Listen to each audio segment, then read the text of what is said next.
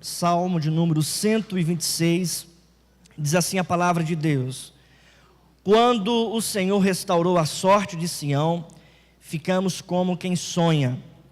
Então a nossa boca se encheu de riso e a nossa língua de júbilo. Então entre as nações se dizia: grandes coisas o Senhor tem feito por eles. Com efeito, grandes coisas fez o Senhor por nós, por isso estamos alegres. Restaura, Senhor, a nossa sorte, como as torrentes no Neguebe. Os que com lágrimas semeiam, com júbilo ceifarão. Quem sai andando e chorando, enquanto semeia, voltará com júbilo, trazendo os seus feixes. Feche os seus olhos. Fale com Deus. Peça para Deus nessa noite, nesse momento, falar ao seu coração.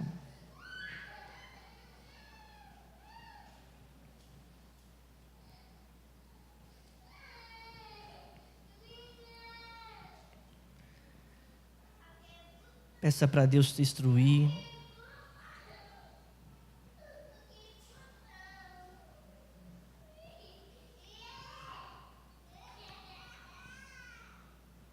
Senhor Deus, amado Pai, nós te suplicamos, ó Deus, para que nesta noite o Senhor use a Tua palavra para falar, ó Deus, ao nosso coração, pois nós necessitamos ouvir a Tua voz. Te pedimos, ó Deus, que a palavra do Senhor seja alimento espiritual para cada um de nós. Que a palavra do Senhor seja direção para as nossas vidas. Te pedimos, ó Deus, que verdadeiramente possamos ouvir a voz do Senhor e retornar para as nossas casas convictos de que o Senhor falou conosco. Ó Deus, não permita, Pai, que a atenção da Tua palavra seja desviada por qualquer outra coisa, mas cativa a nossa atenção nas verdades do Senhor. Cativa a nossa mente em Tua palavra. Nós te pedimos isso em nome de Jesus Cristo. Amém. Meus queridos irmãos, o texto em que nós acabamos de ler é muito direto ao ponto. Ele não vai por outros caminhos, mas ele vai direto ao ponto. O salmista fala sobre a restauração de Deus na vida do povo de Israel. O salmista fala sobre um momento singular na história de Israel, em que esse povo é completamente restaurado pelas ações de Deus. E para nós compreendermos esse texto, é necessário nós entendermos o contexto histórico da nação de Israel e por que este salmo ele foi escrito. A nação de Israel, ela foi dividida em dois reinos: Israel do Norte e Israel do Sul. Israel do Norte, que tinha por capital Samaria, por causa de sua desobediência, ela foi destruída completamente pelos assírios. A Assíria invadiu Israel do Norte, destruiu o seu reino, destruiu a sua capital, e Israel do Norte nunca mais voltou a ser a mesma. Ficando apenas Israel do Sul, conhecida como Judá, que tinha por capital Jerusalém. Meus queridos irmãos, Jerusalém, Judá, também começou a trilhar os mesmos caminhos de Israel do Norte em desobediência. Os mesmos caminhos. Idolatria, prostituição, imoralidade. Israel do Sul, Judá, estava em desobediência. E aí Deus permite que o rei Nabucodonosor, rei da Babilônia, invada Israel do Sul, Judá, e destrua completamente aquela nação.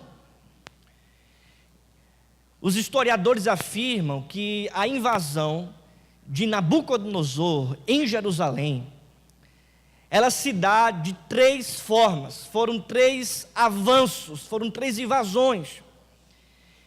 E essas invasões destruíram aquela cidade completamente. Destruiu o templo de Salomão, os muros de Jerusalém foram destruídos, o rei de Israel, que estava em Jerusalém, foi retirado do trono, não ficou pedra sobre pedra, aquela nação foi completamente destruída. As mulheres foram violentadas e mortas, as crianças foram mortas também, os idosos, os velhos, os jovens foram mortos, muitos fugiram para o Egito, e dos que sobreviveram, foram levados cativos para a Babilônia. E aí é onde nós encontramos a história, por exemplo, de Daniel e seus 3 amigos, que foram levados presos para a Babilônia. Jerusalém foi completamente destruída. O símbolo da religião, que era o templo, foi destruído. O símbolo do Estado, que era o rei, foi retirado do trono. E o símbolo da geografia, da terra de Israel, foi também retirado, porque agora aquela terra pertencia a Nabucodonosor. Agora me diga, uma nação sem leis, sem um rei para governar, sem um Estado, sem um governo, uma nação sem religião e uma nação sem terra. A nação de Israel, portanto, deixou de ser nação. Os jovens foram levados cativos para a Babilônia. E lá na Babilônia, eles sofreram, porque, segundo o relato bíblico de Daniel, eles queriam, a Babilônia, fazer uma lavagem cerebral na vida daqueles hebreus. Eles mudaram o nome daqueles jovens, mudaram os costumes daqueles jovens, tentaram mudar a religião daqueles jovens. De tal forma que o Salmo 137 afirma que eles cantavam nos rios ali da Babilônia, chorando, lamentando, se lembrando da era em Israel, do tempo em Israel, das alegrias que eles viveram em Israel. A nação estava completamente destruída. 70 anos depois, 70 anos após o cativeiro, 70 anos de prisão, Deus, irmãos, se revela, libertando aquele povo da Babilônia, e aquele povo começa a regressar para a nação de Israel, para Judá, para Jerusalém. De uma forma miraculosa, Deus começa uma restauração, e o povo começa a retornar da Babilônia para Jerusalém, e é nesse período de retorno, de restauração, que o salmista escreve este salmo, manifestando o Deus que restaura o seu povo. Quando tudo parecia perdido, Deus, ele começou uma obra de restauração. 70 anos de cativeiro, Deus agora começou uma obra de restauração. Quando tudo estava perdido, Deus deu um novo jeito. Quando tudo estava em angústia, Deus revelou uma nova alegria. Quando tudo estava em tristeza, Deus mostrou uma grande felicidade. E Deus começa uma restauração na vida do seu povo. É por esta razão, meu querido irmão, que eu gostaria de dizer para você nesta noite, que o nosso Deus é um Deus de restauração. Que para Deus não existe impossíveis. Que aquilo que foi perdido, Deus pode fazer retornar. Deus é um Deus, meu querido irmão, de restauração. E isso traz uma esperança para nós. Porque muitas vezes nos deparamos com famílias que estão destruídas. Mas diante de famílias destruídas, eu gostaria de apresentar um Deus que restaura. Isso é relevante porque muitas vezes, pessoas que estão com uma espiritualidade destruída, um relacionamento com Deus destruído, eu gostaria de apresentar para você um Deus que restaura essa espiritualidade com Deus. Isso é relevante porque diante de uma vida destruída, eu gostaria de apresentar para você nessa noite um Deus que tem capacidade de restaurar uma vida do pó, uma vida das cinzas. Um Deus que tem capacidade de reconstruir aquilo que está destruído. E é isso, irmãos, que o salmista revela para nós nesse texto. Primeira verdade é que Deus, Ele restaura por meio da sua soberania. Primeira verdade é que Deus, Ele restaura por meio da sua soberania. Se você olhar para o texto, você vai perceber no versículo 1, 2 e 3, o salmista falando da grandiosidade de Deus. Ele diz: quando o Senhor restaurou a sorte de Sião, ficamos como quem sonha. Então a nossa boca se encheu de riso e a nossa língua de júbilo. Então entre as nações se dizia: grandes coisas o Senhor tem feito por eles. Com efeito, grandes coisas fez o Senhor por nós, por isso estamos alegres. Na maioria das vezes em que nós ouvimos uma pregação sobre esse salmo, geralmente os pregadores apresentam a visão do salmista, a perspectiva do salmista, que ele olha com alegria para o seu passado, com júbilo, ficamos como quem sonha. Mas na verdade as Escrituras não têm o propósito de revelar as atitudes do homem. As Escrituras não têm o propósito de revelar as atitudes de Moisés, de Davi, dos discípulos, dos apóstolos, nem muito menos do salmista. Mas na verdade as Escrituras têm o propósito de nos mostrar, de nos revelar as atitudes de Deus. Portanto, eu gostaria que você olhasse para esse texto não pensando no salmista, mas pensando no Deus que esse salmista está revelando. Eu gostaria que você olhasse para o texto e compreendesse que nesses primeiros versículos, o salmista está mais que apresentando a sua alegria. O salmista está mais que apresentando a sua felicidade. Ele está apresentando um Deus que é grandioso, um Deus que é soberano e que por meio da sua soberania restaurou o seu povo. Ele diz no versículo 1, quando o Senhor restaurou a sorte de Sião, ficamos como quem sonha.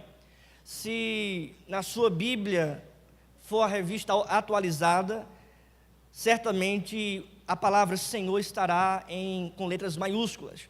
Isso quer dizer que essa palavra é a palavra para descrever o nome de Deus, ou seja, aquele que é soberano, aquele que é o Senhor de todas as coisas, aquele que controla todo o universo na palma de suas mãos.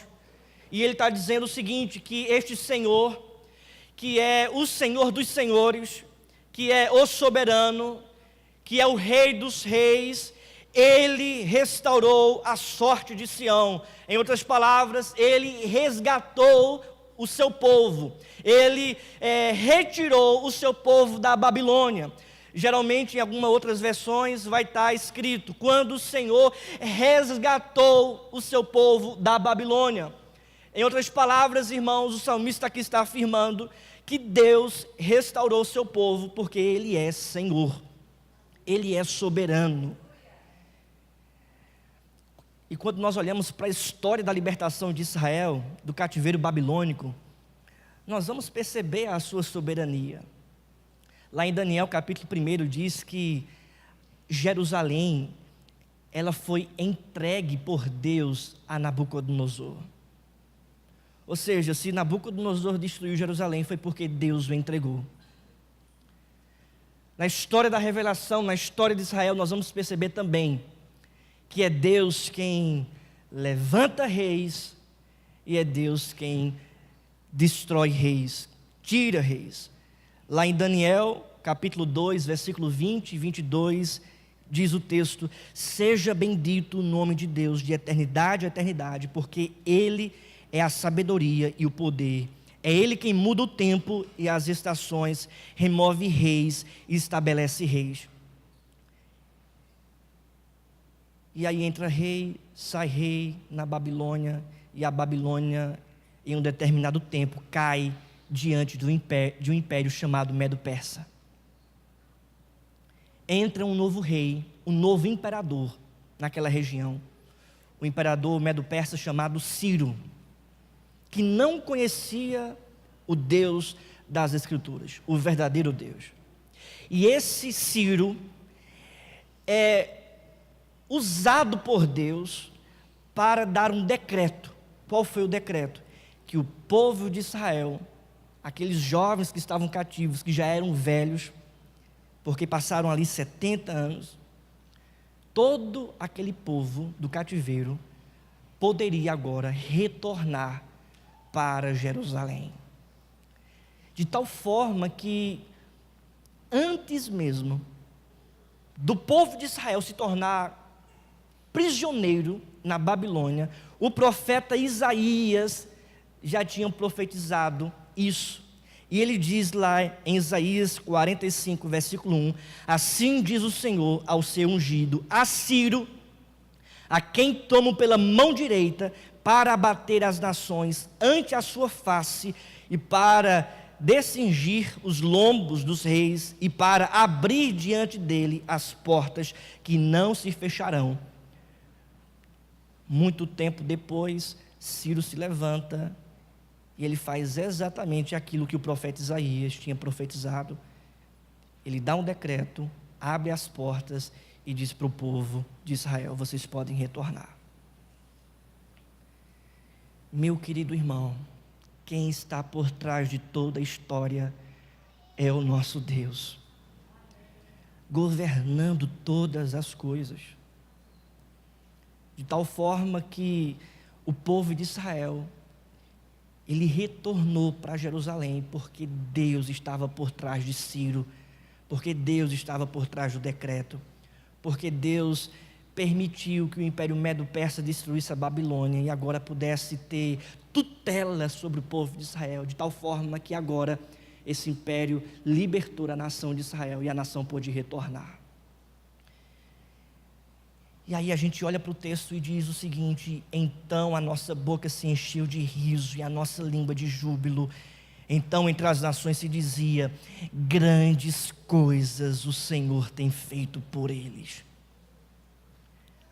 Quem libertou, quem restaurou, quem começou essa restauração não foi o povo, não foi propriamente dito o imperador Ciro, mas foi o próprio Deus que, por meio da sua soberania, estava restaurando o seu povo.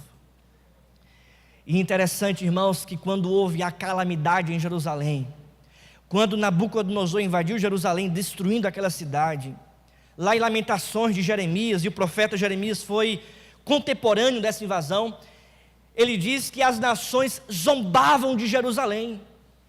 As nações zombavam e riam da desgraça de Jerusalém, por causa daquela destruição. Todavia agora nessa restauração o salmista diz que as nações estão dizendo: grandes coisas o Senhor tem feito por eles. Ou seja, as nações reconhecem que essa libertação, que essa restauração, ela é provocada pelo Senhor, por aquele que é soberano, por aquele que faz. Não é a negociação política de Israel, não é Ciro que está realizando as coisas, mas é o Senhor que começou uma restauração e que por meio da sua soberania ninguém pode parar.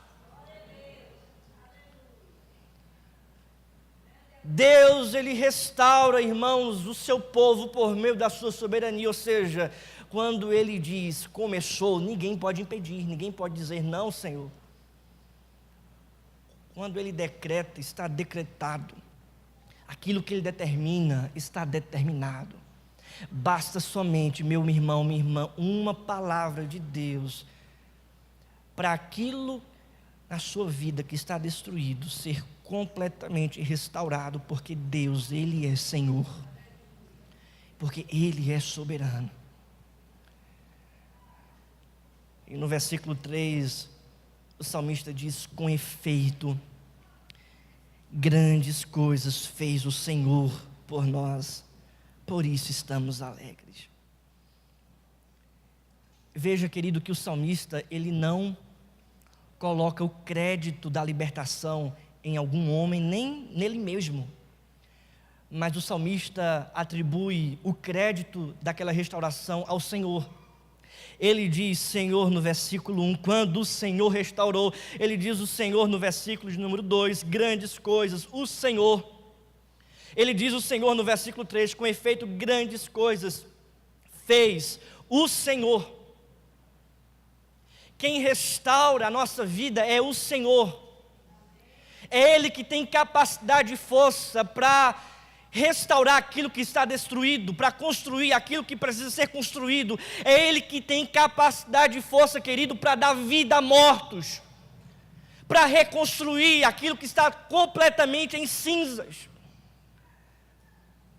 É Ele que tem força e capacidade de usar você, a sua vida, para restaurar a vida de outros. Não é pela sua força, não é pela sua capacidade, não é pela sua artimanha, não é pela sua preparação, mas é pela força de Deus, é pela capacidade de Deus, é porque Ele é Senhor, o Todo-Poderoso. É Ele quem restaura, é Ele quem constrói, é Ele quem dá vida, é Ele quem cura, é Ele quem resolve, é Ele quem soluciona, porque Ele é Senhor.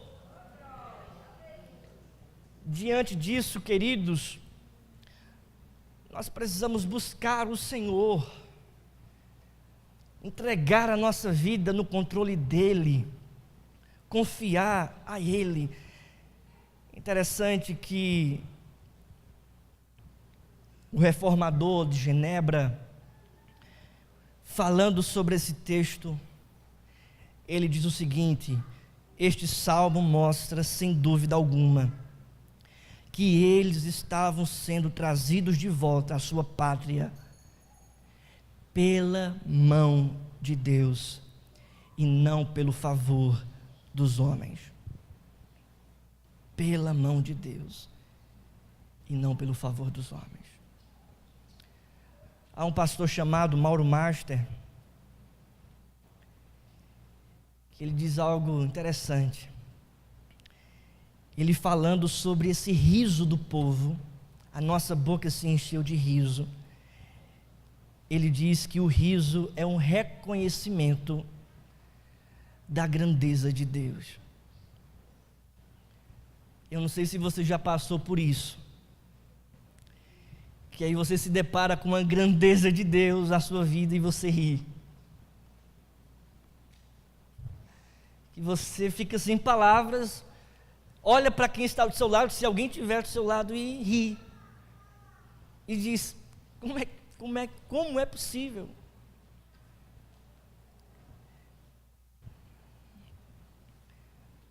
Alguns dias atrás, eu e minha família, nós contemplamos uma grandeza de Deus. Estava eu e Renata, e eu comecei a rir. Eu apenas ri. E a gente fica pensando: como é que pode? E não é que Deus escuta mesmo as nossas orações? E não é mesmo que Deus escuta o nosso pensamento? E a gente ri. E a gente fica como quem sonha. E a gente fica sem palavras. O riso do salmista revela o reconhecimento da grandeza de Deus. Meu querido, Deus é grande. Deus, Ele é soberano.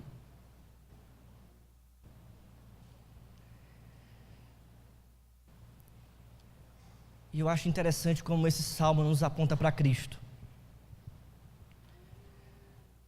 Porque não tem como nós olharmos para as Escrituras e não encontrarmos Jesus Cristo. O próprio Jesus Cristo disse que todas as Escrituras dão testemunho de mim. E com esse salmo não é diferente. A gente olha para esse salmo e vê como Deus tem nos restaurado através de Cristo. Certa vez, irmãos, um jovem pastor terminou de pregar. Ele fez uma pergunta para um pastor que é ancião e disse: pastor, como foi o meu sermão? E o pastor que é mais velho, o ancião, disse: o seu sermão não foi bom. Aí o jovem pastor disse: mas por quê? Ele respondeu: porque você falou de tudo menos de Cristo. Aí o jovem pastor relutou e disse: mas o texto não estava falando de Cristo. Eu preguei o que o texto estava falando. E aquele pastor mais sábio, o ancião, disse o seguinte: olha, nós estamos em Londres. Todavia, em cada cidade, em cada vila, em cada fazenda da Inglaterra, existe um caminho e uma estrada que dá para a capital, Londres. Todavia, da mesma forma, no Antigo Testamento, há sempre um caminho, uma estrada que dá para a metrópole que se chama Jesus Cristo. E ele disse: se você não encontra esse caminho, faça você esse caminho, mas chegue a Jesus Cristo. Porque Jesus Cristo, queridos, é o tema central das Escrituras Sagradas. E aí, quando nós olhamos para esse texto, nós percebemos, irmãos, que a Babilônia simboliza um império de destruição. A Babilônia simboliza um império de pecado, de escravidão, de estarmos longe de Deus, de um povo que está em um cativeiro. A Babilônia, portanto, nos apresenta um mundo decaído, um mundo afastado de Deus, um mundo que está distante de Deus, um mundo que está algemado pelas garras de Satanás, aprisionado à carnalidade, ao pecado e até mesmo às consequências dos erros, do juízo eterno. E todos nós, irmãos, estávamos inseridos nessa Babilônia. Todos nós estávamos algemados nesse império de trevas que nos leva para o inferno, que nos levava para o caminho da morte eterna. Todos nós estávamos escravizados às nossas próprias paixões, todos nós estávamos escravizados ao pecado, todos nós estávamos distantes de Deus, vivendo uma Babilônia espiritual dentro de nós e neste mundo. Todavia, a palavra de Deus diz que Deus envia Jesus Cristo como soberano Deus. Ele envia o Filho dele, o unigênito, para nos resgatar desta Babilônia, para nos retirar desta Babilônia, para nos tirar do império das trevas e nos colocar no reino do seu amor.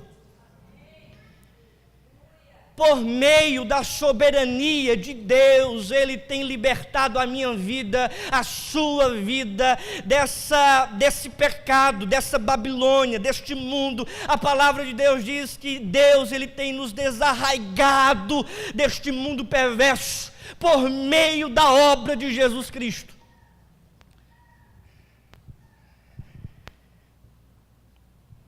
Um grande exegeta chamado Arthur Weise, falando sobre essa grande verdade desse resgate de Deus, ele diz: somente com a percepção da queda do homem no pecado é que transparece toda a riqueza do milagre da redenção divina.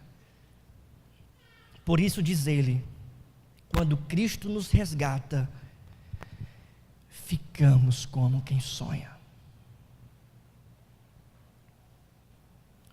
Eu me lembro, irmãos, do dia que eu compreendi a justificação pela fé. Eu me lembro do dia que eu compreendi que Cristo veio solucionar o meu problema, sendo Ele o meu representante. Quando eu compreendi que Jesus Cristo veio me resgatar, obedecendo em meu lugar, morrendo em meu lugar, quando eu compreendi a doutrina da justificação pela fé, eu olhei assim, parei, e eu fiquei perplexo. Eu disse comigo mesmo no meu pensamento: que coisa maravilhosa saber que eu não consigo me aproximar de Deus porque eu sou um pecador, eu estou condenado à morte, porque os meus pecados estão sempre diante de mim. Mas aí vem Jesus Cristo para ser obediente e perfeito em meu lugar, me representando, de tal forma que eu peco, mas Ele não peca. Ele está me representando, Ele me representou. Mais do que isso, Ele morreu na cruz por mim, de tal forma que todo escrito de dívida que era contra mim foi paga por Cristo. O escrito foi pago por Cristo. E aí, quando eu tenho fé em Jesus Cristo, eu me aproprio dessa bênção. Eu recebo de Deus essa bênção da justificação. Ou seja, quando eu creio em Jesus pela fé, Deus me declara justo pela justiça de Cristo. Quando eu compreendi essa verdade, querido irmão e irmã, eu fiquei como quem sonha. Eu parei, eu disse, não é possível. Eu acho que eu estou sonhando. Eu não conseguia ouvir as pessoas, eu estava pensando o tempo todo nisso. E aí eu saí do ambiente onde eu estava, peguei meu celular, fui ligar para quem? Para Renata, na época minha namorada, hoje esposa. Fui ligar para minha namorada, Renata. Eu liguei para ela, eu disse, Renata, olha, a justificação é assim, dessa forma, desse jeito, e pá. E comecei a explicar, dessa forma, e Deus fez isso, e é desse jeito, e é maravilhoso. Eu estou aqui, sabe, não estou conseguindo falar da maravilha que é. Aí ela disse, sim, você não sabia disso não, era?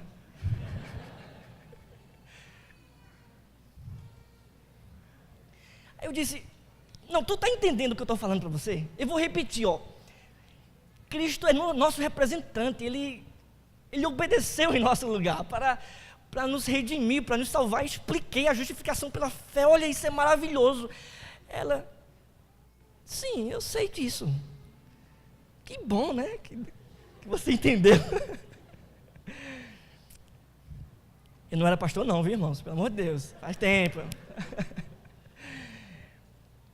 Mas o que eu quero passar é o seguinte, é que a justificação pela fé, ela modifica o nosso coração de tal forma que a gente fica como quem sonha.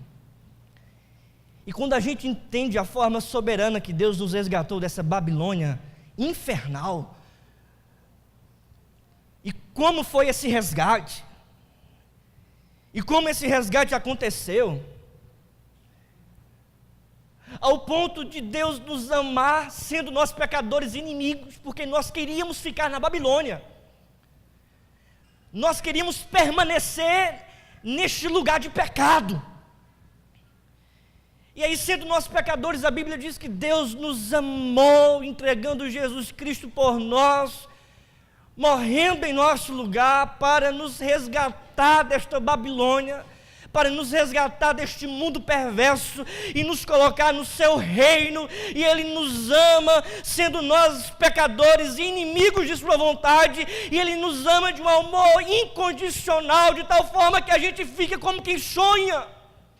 É impossível um ser humano que compreende esse resgate soberano de Deus não se comover, não se quebrantar, não se humilhar aos pés de Jesus e dizer: Deus, muito obrigado, porque eu estava longe e perdido, mas o Senhor me resgatou.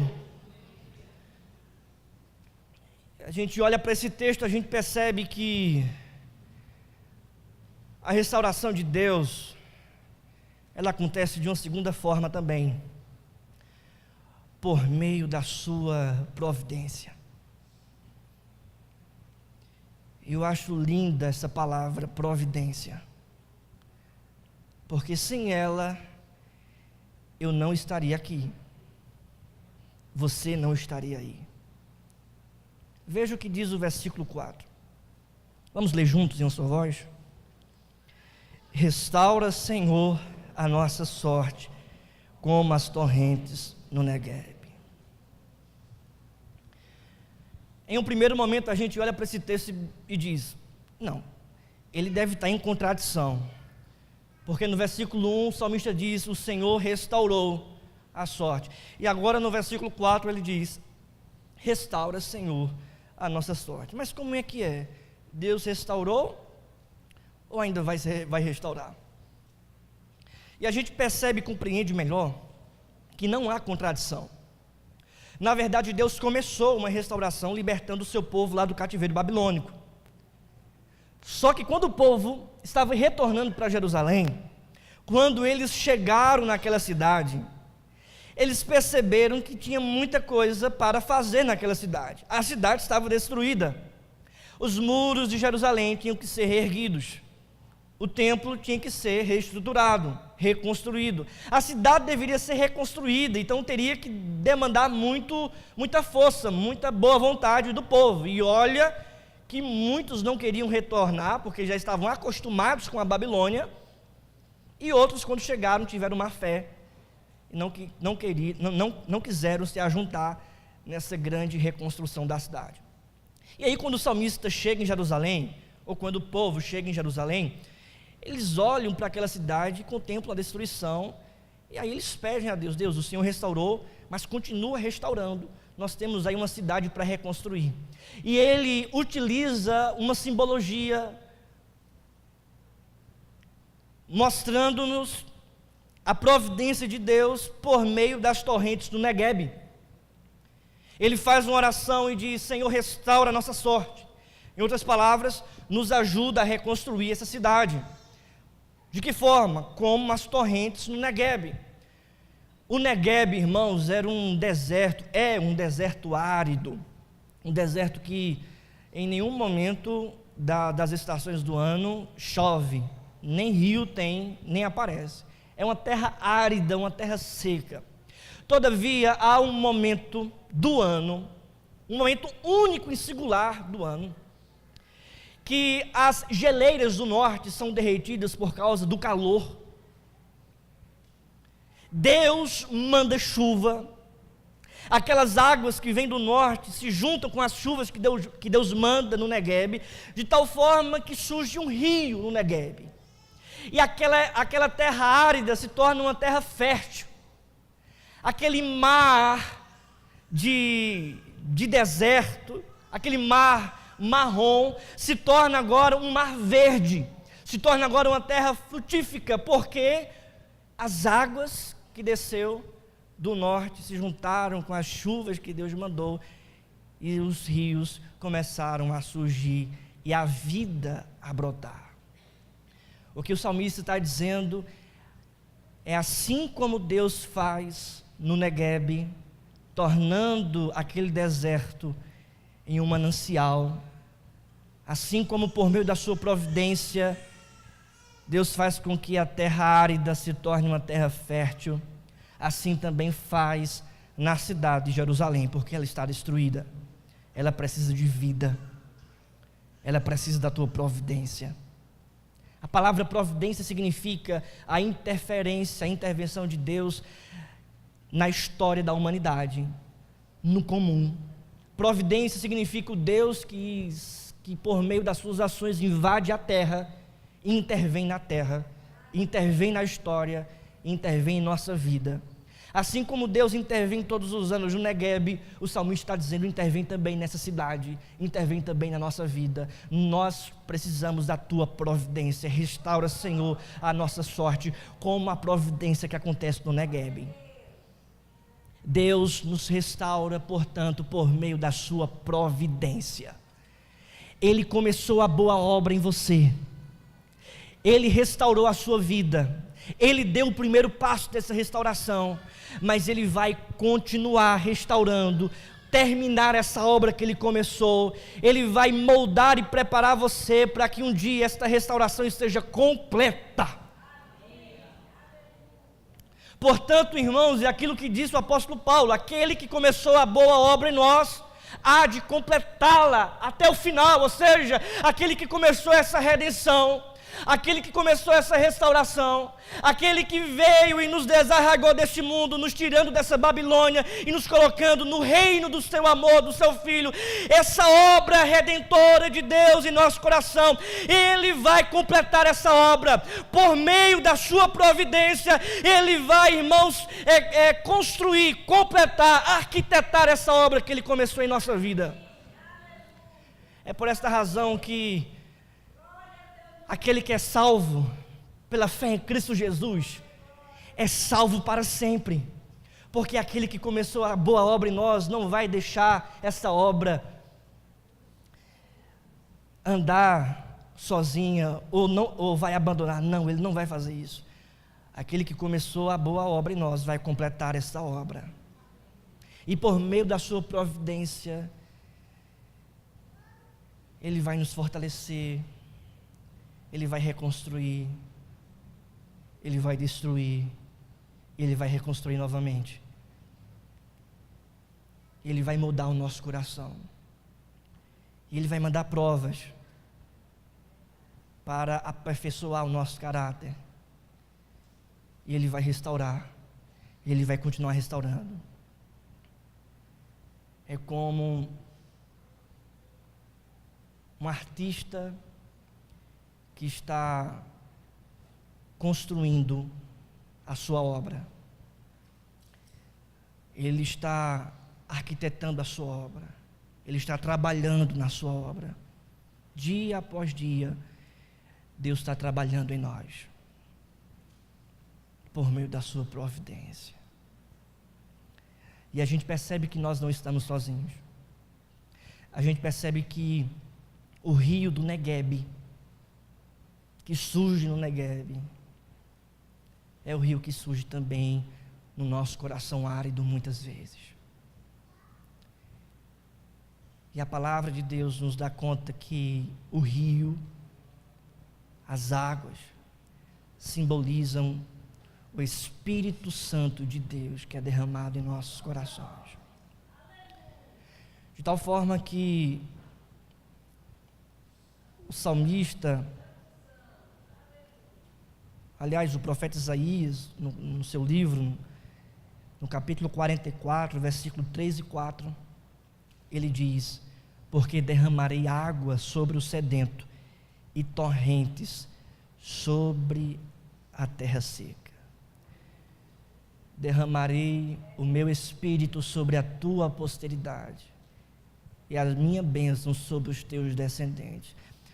Vocês percebem que esse rio, essas águas, na revelação progressiva de Deus, Deus vai nos mostrar que essas águas, esses rios nos apontam para o Espírito Santo. Eu derramarei água sobre o sedento. E aí quando a gente vai lá para João capítulo 4, versículo 14, não precisa os irmãos abrirem, mas está registrado: aquele porém que beber da água que eu lhe der, Jesus disse, nunca mais terá sede. Pelo contrário, a água que eu lhe der será nele uma fonte a jorrar para toda a vida. Em João capítulo 7, versículo 38 e 39, Jesus disse: quem crê em mim, como diz as Escrituras, do seu interior fluirão rios de água viva. Isto ele disse com respeito ao Espírito que havia de receber os que nele crescem, pois o Espírito até aquele momento não fora dado, porque Jesus não havia sido ainda glorificado. Mas Jesus é crucificado, sepultado, glorificado, sobe aos céus, e no dia de Pentecostes o Espírito Santo é derramado sobre a vida de todos aqueles que creem. E essas águas, elas começam a fluir no coração daqueles que creem em Cristo Jesus. É um poder invisível, é uma providência invisível da parte do Espírito Santo, de tal forma que o mundo não vê essas águas que há em nosso coração, mas certamente nós percebemos essas águas, certamente nós sentimos essas águas, nós comprovamos essas águas, porque, como diz a palavra de Deus, essas águas que simboliza o Espírito Santo de Deus, habita em nosso coração. Ao ponto do apóstolo Paulo falar que nós somos o templo do Espírito Santo de Deus. E aí a gente passa por dificuldades, a gente passa por provações, mas essas águas não deixam de jorrar em nosso coração, ou seja, o Espírito Santo de Deus não deixa de trabalhar em nosso coração, em nossa vida. Por meio da sua providência, o Espírito Santo de Deus está em nós, agindo em nós e através de nós. É por esta razão que o apóstolo Paulo, irmãos, quando está passando por maus bocados, por dificuldades, preso em Roma, ele escreve uma carta da prisão para a igreja em Filipos, e ele diz o seguinte: aprendi a viver contente em toda e qualquer situação, ou seja, é um rio que há no seu coração, a presença de Deus na sua vida que o fortalece, e ele diz: tudo posso naquele que me fortalece. Quem é que fortalece o crente? Quem é, irmãos, a providência do crente? Quem é, irmãos, essa força que está em nosso coração, nos restaurando, trabalhando em nossa vida e a partir da nossa vida? É o rio de Deus, o Espírito Santo que foi derramado como cumprimento da promessa de Jesus Cristo. E a gente olha para esse salmo e a gente percebe as torrentes, as águas que nos levam para o Novo Testamento e são aplicadas ao nosso coração. Eu digo para você, querido, se você ler esse texto e ficar apenas nesse texto e não progredir para o Novo Testamento como a Bíblia progride, você vai ler esse texto da mesma forma que um judeu lê esse texto, da mesma forma que um espírita lê esse texto, da mesma forma que o mundo lê esse texto e tirar apenas lições moralistas. Mas se você olhar para esse texto e você percorrer a revelação bíblica para onde esse texto aponta, a gente vai perceber que primeiro ele aponta para nosso resgate em Cristo, e segundo, ele aponta para o Espírito Santo que foi derramado em nosso coração como o rio de Deus que flui do nosso interior.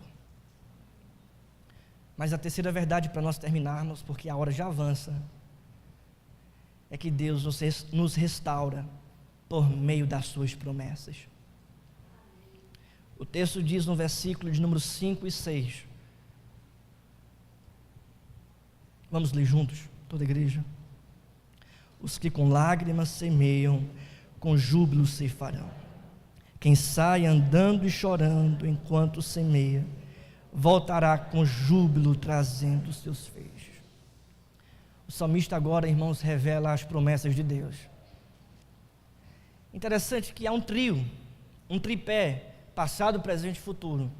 Deus restaurou, restaura, Senhor, a nossa sorte, e agora o salmista olha para o futuro e diz: os que com lágrimas semeiam, com júbilo um dia ceifarão.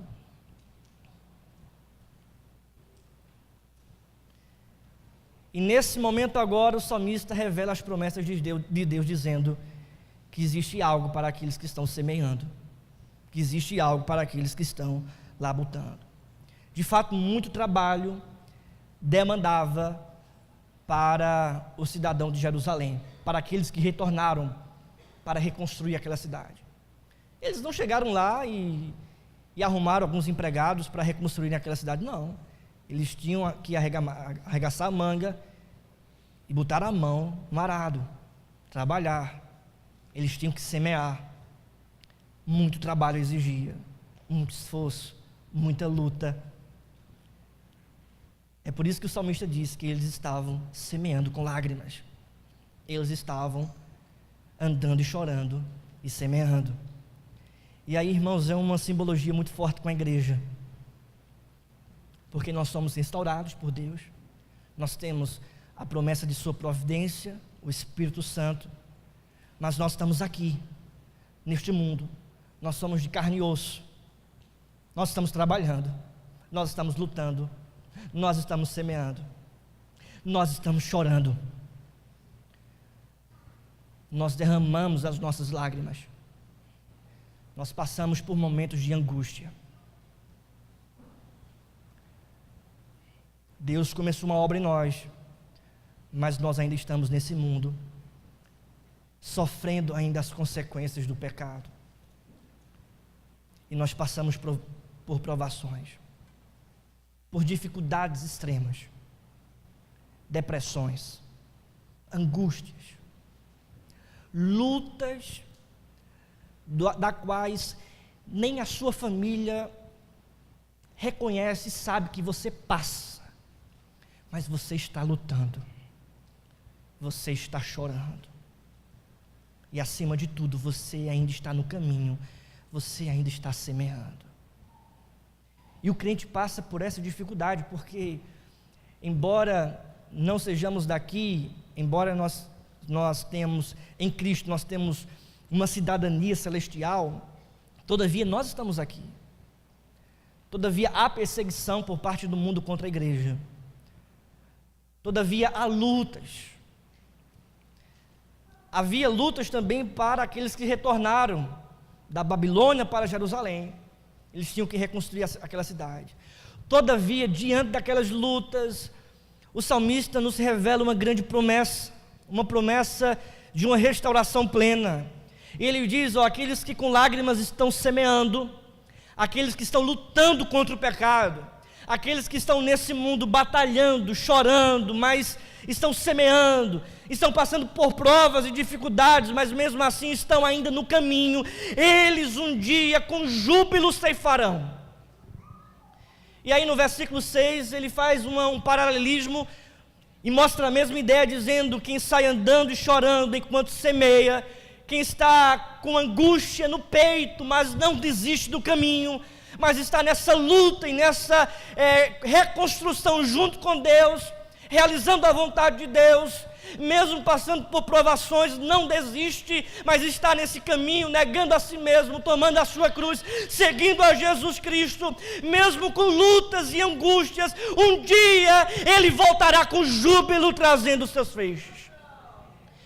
O que a palavra de Deus apresenta para nós, irmãos, é que mesmo diante das provações, um dia nós estaremos na glória eterna.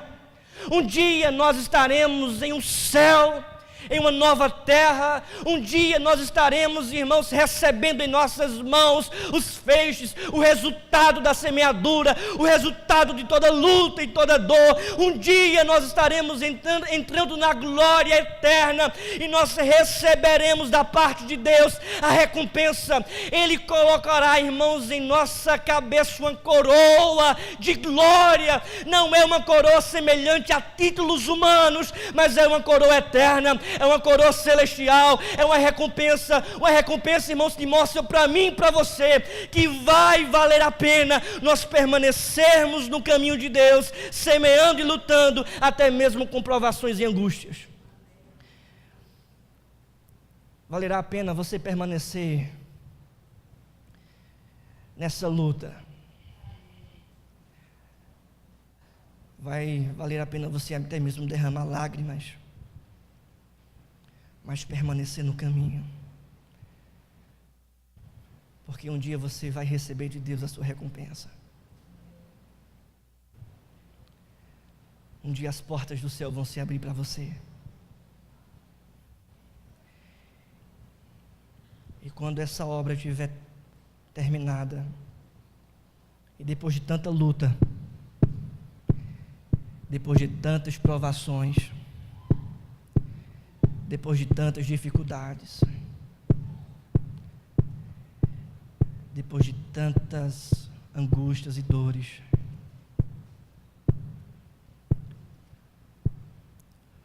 o nosso Deus vai terminar a obra que Ele começou na sua vida, e esta restauração será completada. Ele começou, Ele vai completar. E um dia estaremos na glória para ver essa obra-prima do nosso Deus. Fiquemos de pé e vamos orar.